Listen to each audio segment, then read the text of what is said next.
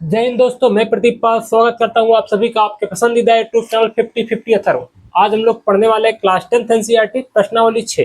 प्रश्नावली 6 का आज हम उदाहरण नंबर 1 करने वाले हैं। तो प्रश्न है क्या, उस पर बात करते हैं। इसके पहले हम लोग थेल्स प्रमेय और थेल्स प्रमेय विलोम सिद्ध कर चुके हैं। अगर वीडियो आप नहीं देखे हैं तो इस वीडियो के डिस्क्रिप्शन में उसका लिंक मिल जाएगा, वीडियो देखिएगा।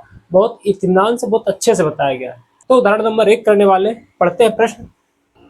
यदि कोई रेखा त्रिभुज एबीसी की भुजाओं AB और AC को क्रमशः D और E पर प्रच्छेद करे तथा BC के समांतर हो तो सिद्ध कीजिए कि AD upon AB equal to AE upon AC होगा। देखिए आकृति 6.13। इसका चित्र दिया है, लेकिन अगर नहीं दिया हो तो तब भी हम बनाने की कोशिश करते हैं पढ़ के, क्योंकि आगे वाले क्वेश्चन में ऐसे कुछ क्वेश्चन मिलने वाले हैं जिसमें चित्र नहीं दिया रहेगा और बनाना पड़ेगा। तो प्रश्न पढ़ के खुद चित्र बनाना आपके लिए ज्यादा अच्छा होगा। तो पहला जैसे बोला है कि त्रिभुज ABC, तो मैं एक त्रिभुज बना ले रहा हूं।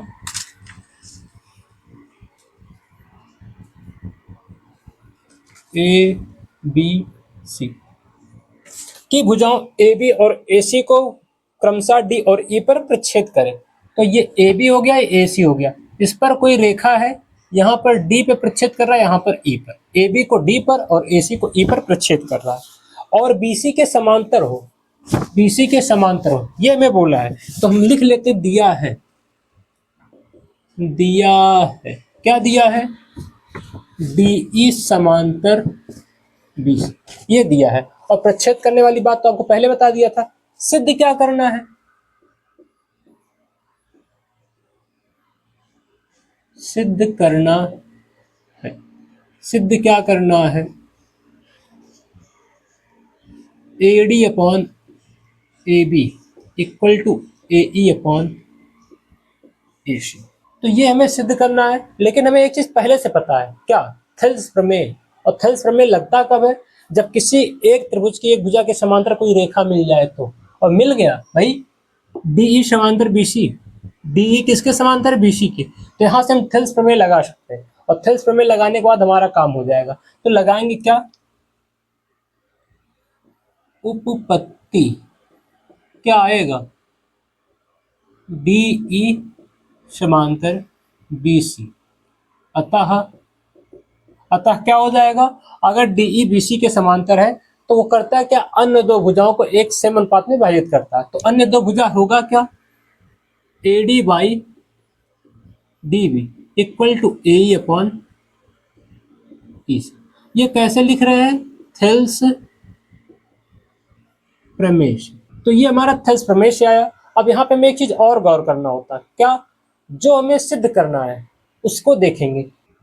इधर क्या देख पा रहे, AD अपॉन AB आ रहा, तो इधर AD अपॉन DB आ रहा।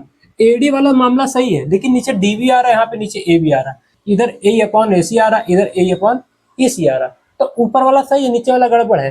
तो आप एक चीज हमेशा ध्यान रखना, जो हमें चाहिए उसको नीचे कर दो।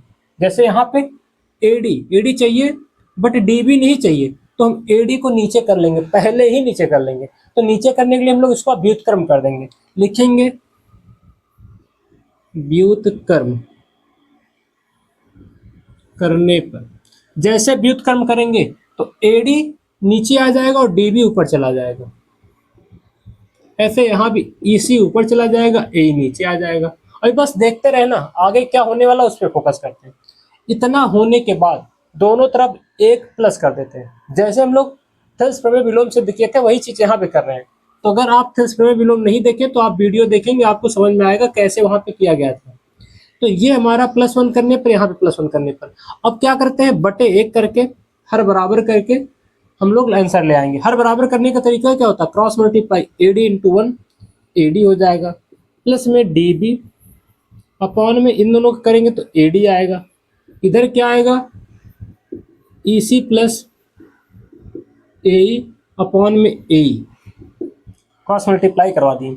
AD प्लस DB बनेगा क्या, AD प्लस DB मिला के क्या बन गया, दिख रहा है, AB अपॉन में AD equal to EC plus AE, EC plus AE, तो क्या बना, AC अपॉन में AE, ये बन गया। अब देख क्या पा रहे, हमारा आंसर आ चुका है, लेकिन उल्टा आया है। आंसर आ चुका है कैसे, AB upon AD, AC upon AE। तो AD नीचे दिख रहा है, बस एडी को ऊपर करना है, फिर से व्युत्क्रम कर देंगे। तो जैसे में आप फिर से व्युत्क्रम करेंगे हमारा आंसर आ जाएगा व्युत्क्रम करने पर। जैसे व्युत्क्रम करेंगे तो एडी ऊपर चला जाएगा, नीचे आ जाएगा ए बी इक्वल टू ए ऊपर चला जाएगा, नीचे आ जाएगा इस। ये हमें सिद्ध करना था। तो सिद्ध करने का प्रोसेस आपको समझ में आया। हम लोग इसको कोलैबोरेशन बोलते हैं। क्या? +1 करके चीज़ों को एडजस्ट कर देना। तो हमें इतना ही गौर करना है। प्रश्न बहुत ईजी है, बस हमें इतना ध्यान रखना है, जब भी किसी त्रिभुज के एक भुजा के समांतर कोई रेखा दिखे तो पक्का थेल्स प्रमेय लगेगा, गारंटी। जैसे यहाँ पे बीसी के समांतर ये रेखा डी दिखा तो थेल्स प्रमेय लगा। लेकिन थेल्स प्रमेय लगाने के बाद जो सिद्ध करना अगर उसको देखें तो उसमें AD अपॉन AB आ रहा है, लेकिन यहाँ पे AD अपॉन DB आ रहा है। तो हमें जिसको चाहिए उसको नीचे कर लेना है। AD चाहिए था, DB नहीं चाहिए था, तो AD चाहिए था, उसको नीचे करने के बाद फिर +1 कर देंगे। +1 करने के बाद हमारा ये आंसर आ जाएगा। तो इतना सा था। अब हम लोग उदाहरण नंबर 2 करेंगे। उदाहरण नंबर 2, ABCD एक शबलंब है जिसमें AB पैरेलल टू DC है। AB DC के समांतर दिया है तथा असमांतर भुजाओं AD और BC पर क्रमशः बिंदु E और F इस प्रकार स्थित है कि EF भुजा AB के समांतर है। देखिए आकृति 6.14। दर्शाइए कि AE upon AD equal to BE upon FC। तो हमें देखना क्या है कि एक समलंब चतुर्भुज है, तो हमें सबसे पहले समलंब चतुर्भुज पता रहना चाहिए क्या होता है उसमें खास। तो एक समलंब चतुर्भुज में आमने सामने की एक भुजाओं का जो युग्म होता है वो समांतर होता है। तो इसमें बोला भी है कि जो AB है वो DC के समांतर है, तो इसको हम लेंगे भी उसी प्रकार।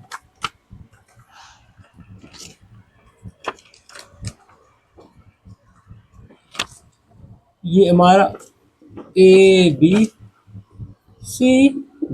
तो इसमें हमें दिया क्या है? पहले चीज तो ये दिया है, क्या दिया है?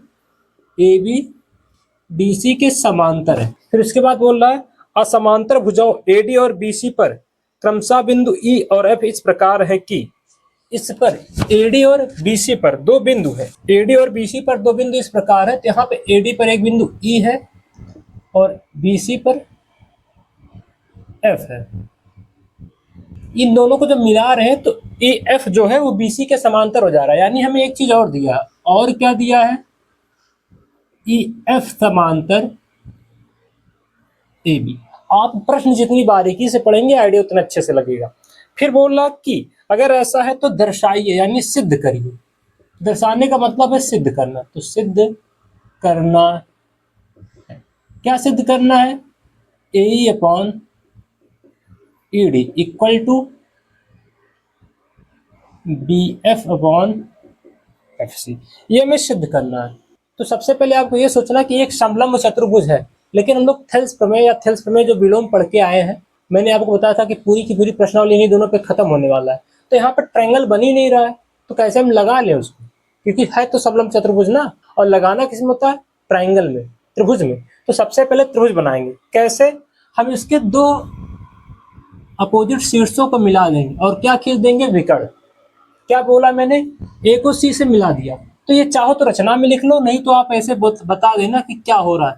रचना में लिखेंगे तो A को C से मिलाया। जब A को C से मिलाया तो हमारे कुछ ऑब्जर्वेशन होने वाला है। क्या? ये ऑब्जर्वेशन के हिसाब से ADC और ABC दो ट्रायंगल बन गया। क्योंकि भाई ट्रायंगल बनना चाहिए था तो ट्रायंगल बना लिए। अभी क्या देख पा रहे थे? उपपत्ति में आते हैं। उपपत्ति हो क्या रहा है? AB किसके समांतर है? DC के। और EF किसके समांतर है? AB के। EF AB के समांतर है, AB DC के समांतर है। तो इस प्रकार हम क्या बोल सकते हैं? DC किसके समांतर हो जाएगा? EF के। भैया AB इसके समांतर है, AB इसके समांतर है। AB दोनों के समांतर आ रहा है, तो वहां से हम क्या बता रहे हैं कि AB छोड़ो तो DC और EF समांतर हो जाएंगे। ये आया। अब लेने वाले जिसमें हमें थेल्स थ्योरम लगाना है वो ट्रायंगल। तो लिखेंगे भैया ट्रायंगल ADC में। क्यों ADC में? ADC में। और यहाँ पे इसको नाम देते हैं कि बिंदु O पर प्रच्छेद कर रहा है, जिससे थोड़ा आसानी हो। तो यहाँ पे अगर हम ट्रायंगल की बात करें तो ADC में क्या देख पा रहे हैं? ई ओ पैरेलल डीसी। ई ओ पैरेलल डीसी कैसे हो जा रहा है? क्योंकि ई एफ का शॉर्ट फॉर्म तो ई ओ है। ये जब बड़ी वाली भुजा ही डीसी के समांतर है तो उसका छोटा वाला तो ही जाएगा। ये ई एफ किसके समांतर है? डीसी के। यहाँ मैंने लिखा भी है। तो उसके हिसाब से ई एफ का छोटा वाला पार्ट ई ओ किसके समांतर होगा? डीसी के। तो अगर समांतर है तो थेल्स प्रमेय लगेगा। लगाते हैं भैया, कैसे लिखेंगे? ई ओ अगर डी सी के समांतर है तो थेल्स प्रमेय से क्या आएगा? A E upon E D equal to A O upon O C. Thales प्रमेय से कैसे? थेल्स प्रमेय से, क्योंकि ट्रायंगल आप देख सकते हैं ए डी सी, ये वाला इस भुजा के समांतर है। तो क्या हो जाएगा? इस भुजा का अनुपात यानी दूसरी और तीसरी भुजा का अनुपात बराबर होना चाहिए। थेल्स प्रमेय लग गया। फिर दूसरा ट्रायंगल लेते हैं। अब की बार ट्रायंगल लेंगे। ट्रायंगल ए बी सी में कहाँ दिख रहा है?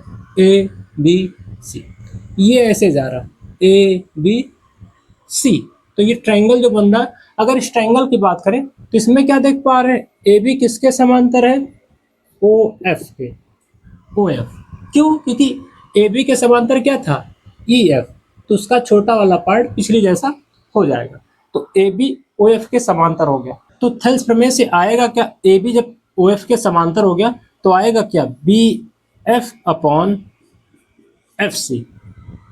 इन दोनों का जो अनुपात होगा, इसकी तीसरी भुजा का जो अनुपात बन रहा है क्या? ए ओ अपॉन ओ सी। ये अनुपात हो जाएगा कैसे?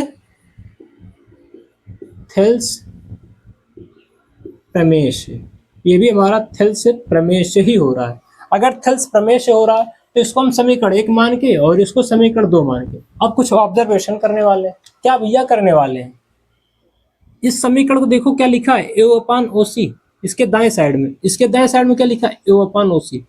ए ओ अपॉन ओ सी, ए ओ अपॉन ओ सी। तो ये दोनों एक चीज दिख रहा है ना, यानी इसका दायां पक्ष इसके दाएं पक्ष के बराबर हो जा रहा है। और जब दायां पक्ष के बराबर हो जा रहा है तो उसको हटा देंगे तो बचेगा क्या? बायां पक्ष। तो बायां पक्ष के बराबर हो जाएगा। और ऐसा हमेशा होता है, जब भी कोई दो समीकरण में कोई भी एक साइड इक्वल चले तो दूसरा साइड अपने आप इक्वल हो जाता है। तो इन दोनों का जो लेफ्ट साइड है इक्वल हो जाएगा। तो लिख देंगे क्या? समीकरण 1 व 2 से होगा क्या? इसका जो left side A E upon E D है और इसका जो लेफ्ट साइड है B F upon F C है, बराबर हो जाएगा एच पी। हैंस प्रूफ, सिद्ध हो गया। जो हमें सिद्ध करना था, जो दिखाना था, यही इतना सा क्वेश्चन था। तो एक चीज हमें यहाँ पे हमेशा नोटिस करना है, जब भी समलंब वाला क्वेश्चन आएगा, समलंब चतुर्भुज वाला क्वेश्चन आए, तो अगर उसमें ट्रायंगल बनाना होगा तो ट्रायंगल बनाने के लिए हमें ध्यान क्या रखना है कि विकर्ण मिल जाए या फिर उसके समांतर रेखा मिल जाए। क्योंकि भैया समांतर रेखा है तभी थेल्स प्रमेय लगेगा, और विकर्ण होगा तो ट्रायंगल बनेगा। तो इन दोनों बातों को अगर हम लोग पहले से दिमाग में सेट कर लेंगे तो हमारा समलंब चतुर्भुज वाला जो क्वेश्चन आएगा ट्रायंगल में आसानी से हो जाएगा। और दूसरी चीज ये, जब भी हम प्रमेय को लगाते हैं तो आप यहाँ नोटिस करते जाइएगा कि कौन सा पक्ष बराबर चल रहा है। जो पक्ष बराबर होगा उसको हम लोग उसके स्थान पर रिप्लेस कर देंगे। इतना सा था। यह वीडियो आपको कैसा लगा कमेंट कीजिएगा। वीडियो को अंत तक और पूरा देखने के लिए आपका धन्यवाद। Thank you.